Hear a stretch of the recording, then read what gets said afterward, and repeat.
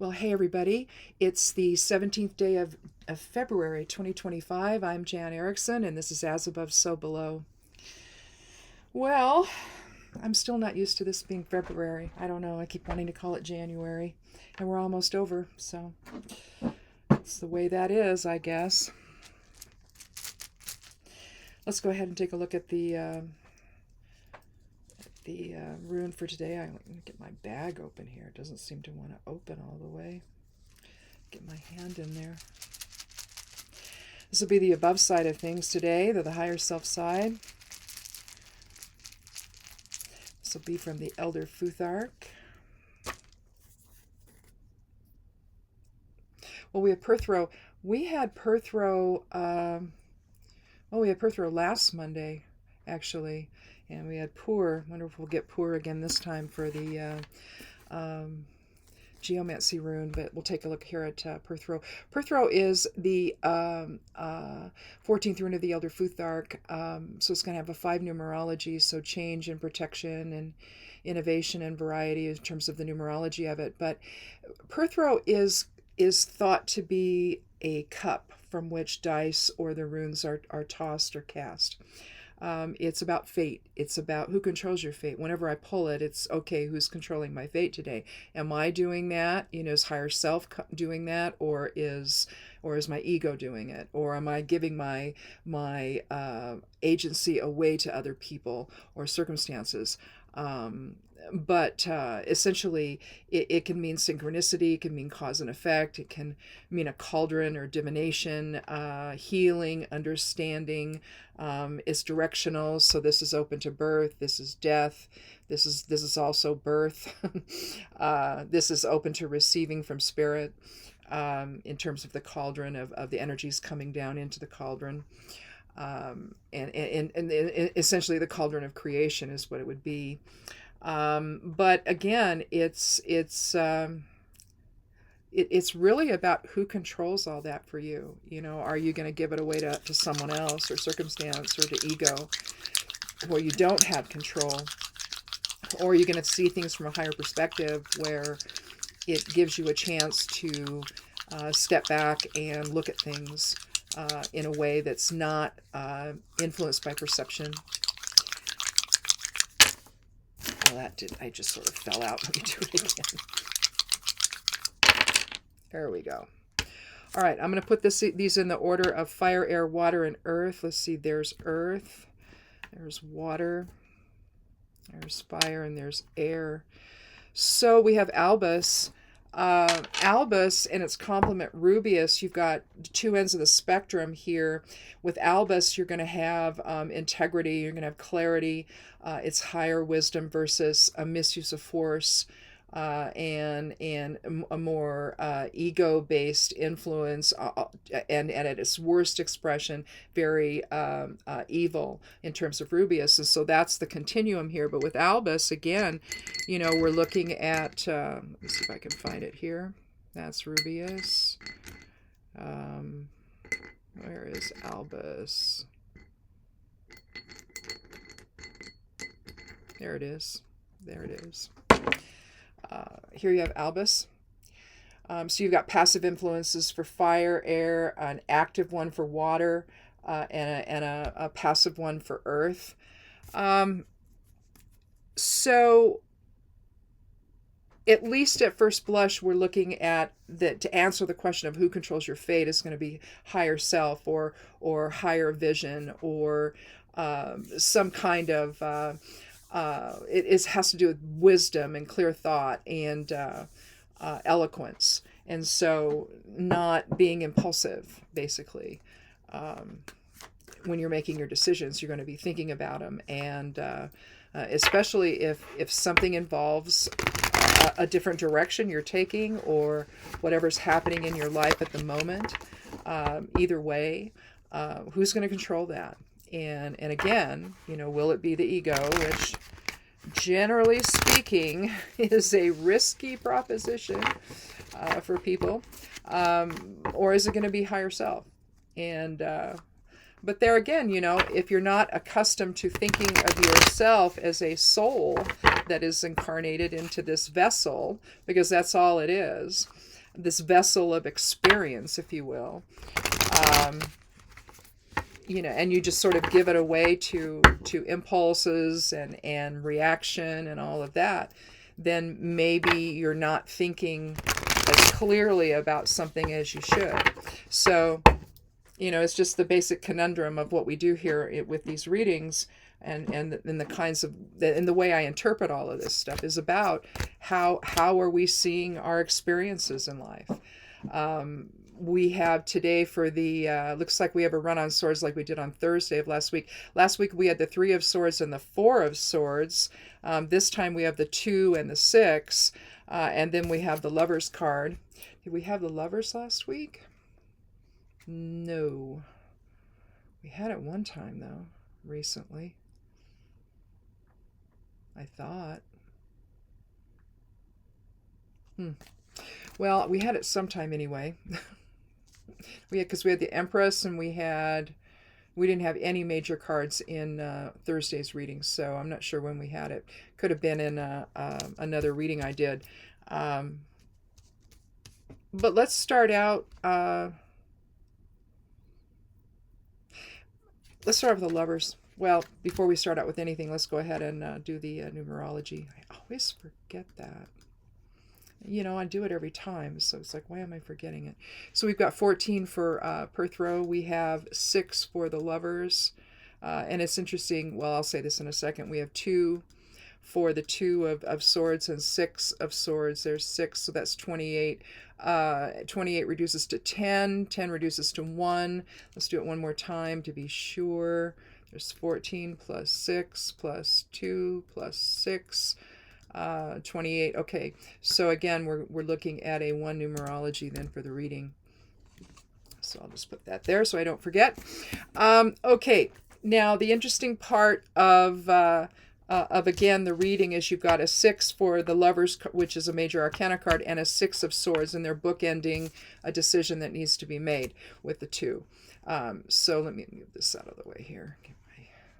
Calculator out of the way. Okay, so with the we'll start with the major arcana card, the Lovers. Here you have depictions of Adam and Eve. Eve in front of the tree of knowledge there with the serpent wound around it, and you have Adam with the standing in front of a very spindly oak tree. You have the angel again sitting atop a cloud, looking down with the rays of creation represented by the sun, rays of spirit all around up there in the sky around its head, drawing all of that knowledge from the Creator into and basically blessing both blessing the couple, if you will, with its radiance, essentially, with its radiant glory. We'll say that. We see a mountain here that's bent a little bit toward her, leaning toward her. She's now Eve, the woman, is looking at the angel, so she's drawing down information and knowledge from both the tree of knowledge and also from the angel. So that's a spiritual type of experience, if you will. And then you've got, instead of Adam being focused on the angel, he's focused on her. And so he's focused on physical reality while she's drawing down information and knowledge from spirit. So in a sense, the Lovers card is going to align very well with Albus, the Geomancy rune for today, in bringing all that knowledge in from higher awareness to inform your daily experience here in physical reality. The Lovers card can also be looked at as balance. It can be looked at as I don't really see it as a card of marriage, really. But you could look at it as the balance between projective and receptive present, or masculine and feminine presence. You can look at it in terms of a relationship, discernment. How well do you discern the relationship? Are you simply looking at the ego side of things with somebody, drawn in by passion or drawn in by whatever, however you see that other person, and maybe you don't see the forest for the trees essentially with them. You're just too wrapped up in the emotion of it all, and you can't really look at that person with any kind of objectivity or discernment. So the Lovers can indicate that as well. it can mean unification. It can mean duality again, self and others, integration. It can be all of that. But again, when you have the woman drawing her attention to the angel above and to higher consciousness and higher wisdom, she's the one that this is being delivered to, because she's the one that's paying attention to that. The man, not so much. He's just concerned with her. And so she's getting a more reasonable look at things from spirit, essentially, so she can see all things essentially with this guy, instead of he's just looking at her. So there's a lack of discernment on the masculine side, as far as I'm concerned, with the Lover's card. But you could have something happening today where are you going to let your passions control what you're going to do and the decisions that you make? Because we then come to the Two of Swords, where essentially, and I interpret this card always as making a decision, but doing so dispassionately. You see the woman here sitting on the stone bench. She's got her arms crossed, a sword in each hand. The swords represents the air element and our intellect and communication, and again, discernment, deception versus truth, legal matters, balance. All of those things are part of the air element and part of the suit of swords. And here you see the ocean behind her, or the lake, or whatever this is, because you see some mountains over here, some land over here. So this could just be like a bay or something. But you can see that the water's not smooth. And so there's an emotional aspect to whatever decision that she has to make, but she has to do this in a rational way. Again, that's an air element, that's swords, it's rationality. Analysis, if you will, being able to analyze a situation without letting emotions get in the way of everything that you're thinking and doing. So that's why she turns her back to the water and she blindfolds herself. And you see the dual line right here, and you're going to see that in some Rider-Waite cards, not all of them, of course, but some. And you'll see part of the scene behind it and part of the scene in front of it, and they're two different places. With the Two of Cups, you'll see it with that. Where the couple is away from the home as the healing is happening. So they're coming together in harmony and love and reciprocity and healing, but they had to get away from the home where maybe a problem was happening to be able to discuss that and to express forgiveness and sorrow and responsibility or whatever it is going on between the two of them. But here you have a similar thing happening, only here she has to make a decision. In the Two of Cups, they've made the decision to heal their relationship. Here, though, there's something else going on.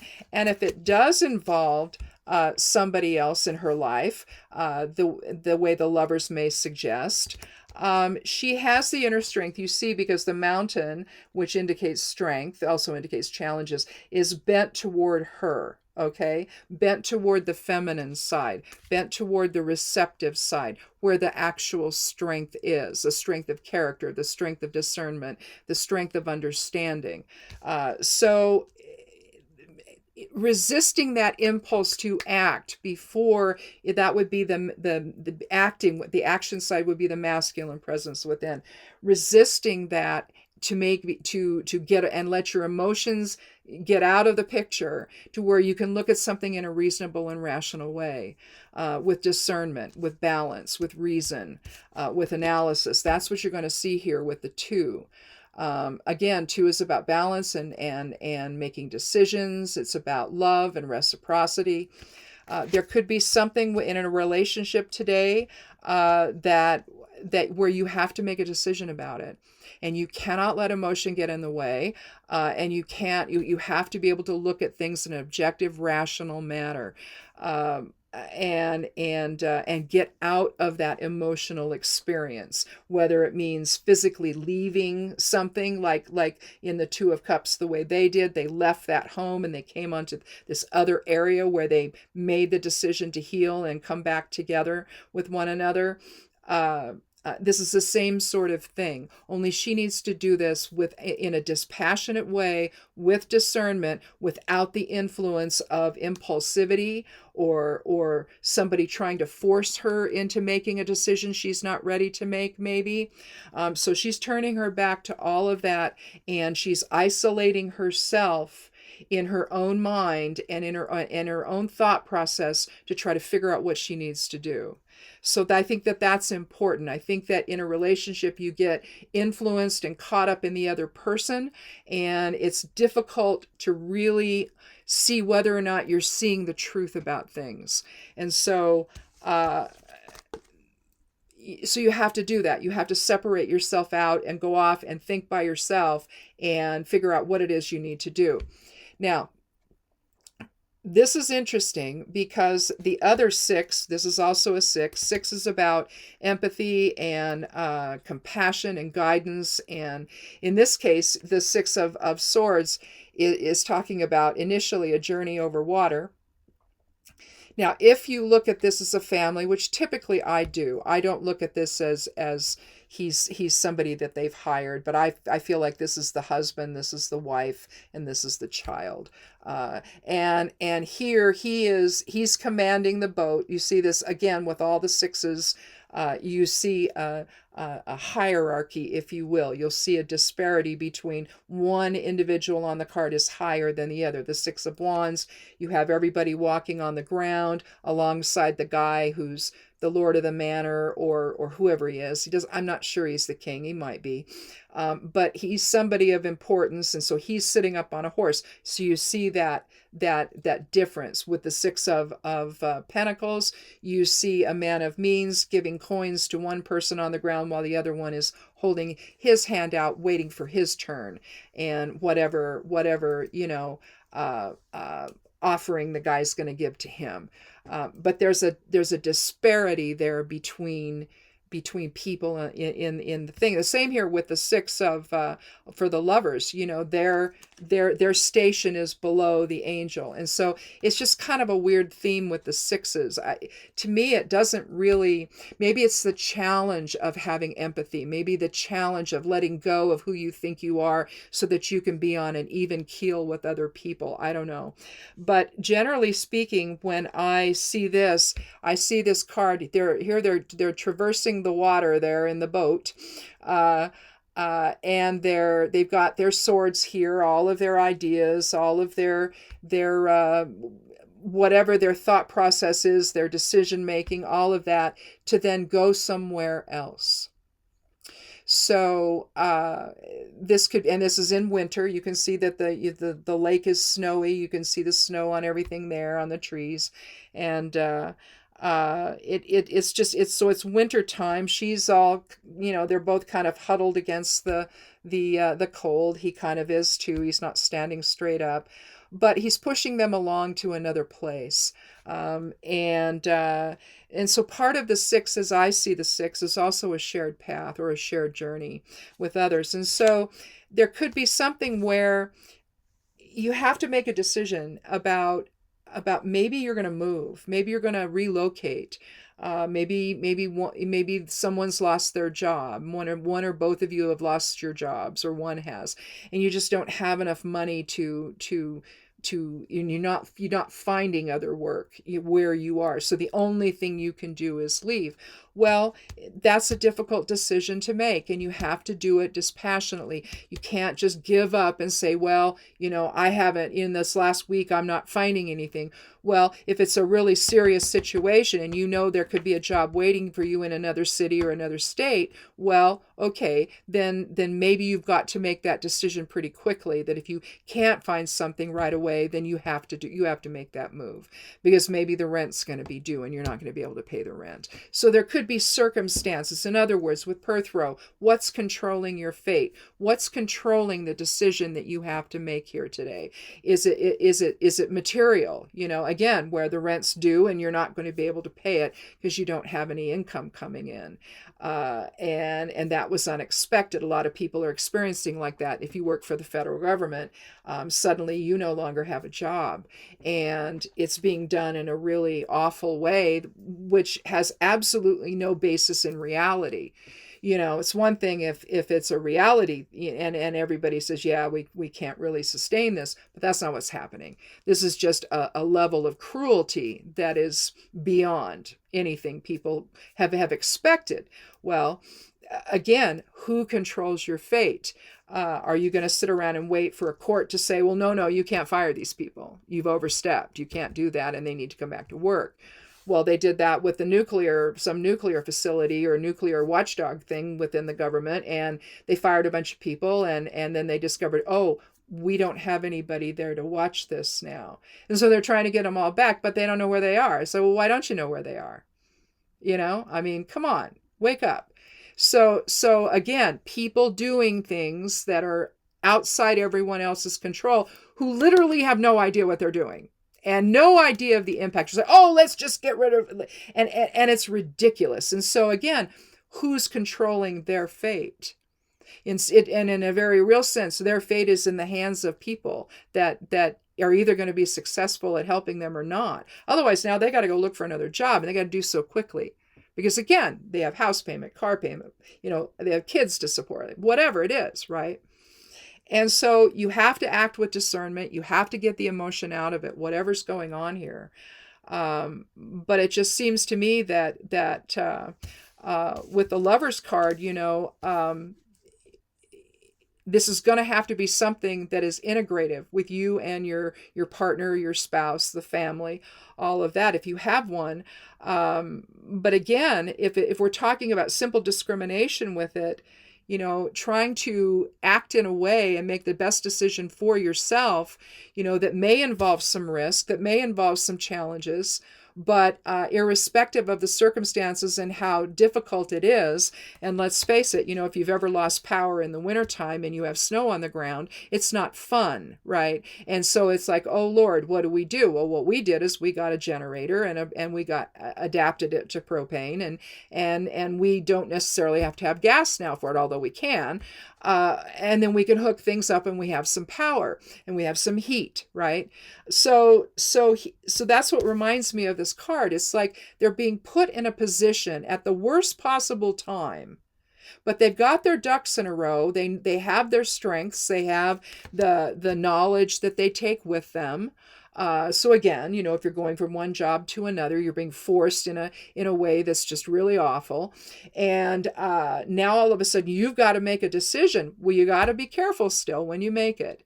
And it's got to be something where you use some discernment and keep emotion out of it, because this is an emotional situation. Here, she's doing that. But the fact that the water is still a little choppy behind her all over the place tells me that this is an emotional experience that she's got to turn her back to so that she can think clearly and rationally, and again, with Albus, that's part of Albus as well, thinking with clarity and thinking with a higher vision and doing what's best here for not just yourself, but if you have a family or a partner or a spouse, for them as well. But again, you can't ignore the higher vision aspect of it. You've got to draw that information from spirit so that you can make the best decision possible for yourself and for anyone else that's involved, right? And so with the one numerology for the whole reading, one can be about new beginnings. And even if you're forced, in difficult times to make those decisions, you have more knowledge maybe than you realize. You get your ducks in a row. You see what you've got, you've what you've learned along the way, and head out in the direction that you need to go. And again, with the 6, there's just this aspect of shared journey or shared path or shared experience with that. Asking for guidance, and again, guidance could be in meditation where you're trying to figure out, again, without emotion coming into it, how do I need to see this? What's the best decision for me? Do I have the ability to stay put for a little bit? Or do I need to go and make my way somewhere else and get myself out of a situation where others are controlling my fate. You see what I'm saying? So again, I find it interesting that we've bookended here with the 6 numerology for both of these cards, the Lovers and the 6 of Swords, with a decision to make on the in the center. But again, it's got to be outside the realm of impulse, outside the realm of emotionality, and being able to discern the truth of the situation so that you're the one making the decision. Now, you may be put in a position like the example I gave of those in the federal government being put in a position of coming to work one day, or maybe not even being allowed in, and saying, well, no, we fired you, we fired you, or whatever it is nonsense that they're pulling there right now, right? And so you're stuck with this, you're freaked out, so there's the emotion, and you got to figure out, well, what am I going to do? And I don't have a whole lot of time to make that decision. So it's a very focused experience here, whatever this is for you today, however this is manifesting. But it just seems like, tremendous discernment and balance needs to be involved in that process where you get emotion out of it. And if you need to make a decision to go, and go someplace else, and literally maybe pack up and go, then that's what you have to do, and realize that you have more strength about that, intellectual strength than you realize maybe. Again, part of that decision process here is getting all of these in a row so that you understand what your strengths are, what your weaknesses are, what you have to offer people, what all you've learned, all you've gathered about, in terms of your life and in terms of your work life. Because this to me feels like, maybe, it could be a relationship that's not working, or it could be something very sudden in terms of your work. And again, people are experiencing that right now. And to me, it's the stupidest thing I've ever seen. But I think tomorrow there'll be something else. I'll say, well, that's the stupidest thing I've ever seen too. So, because that's where we are right now. Okay. So if that has something to do with this, again, just make sure that you're looking at things rationally, and that you understand what your skill set is, and your strengths and your abilities and your knowledge and all of that, what you have to offer if you are in fact in that position where suddenly you're unemployed and you need to make a decision about your future. And again, doing it from the standpoint of knowledge and awareness, and not from the standpoint of impulse, or ego. That can't drive the decision that you need to make. So anyhow, that's it. I kind of went a little long here. But I think that this is, irrespective of what circumstance this is describing, higher wisdom's got to control your fate here today, instead of giving it away to your emotions or to whatever nonsense somebody else wants to put in your, some crap they put in your path, right? That upends everything for you, which is just, it's outrageous. Anyway, thanks for watching. And check out the blog. Everything went up last night at midnight hour. The correspondences for the week, the forecast for the week is up. And I post part of that over on Substack if you want to look at it over there. My Substack's called Witch Notes, and it's also, you can find it under Jan Erickson as well over there. You can click a link below here. If you click on more below the video and you'll scroll down, you'll see where all that stuff is. You can just find the link there to it. But in any event, take care of yourselves this week, especially if you're going through some difficult moments. And come back again on Thursday for another edition of As Above, So Below. Be good to yourself, be good to one another, and blessed be.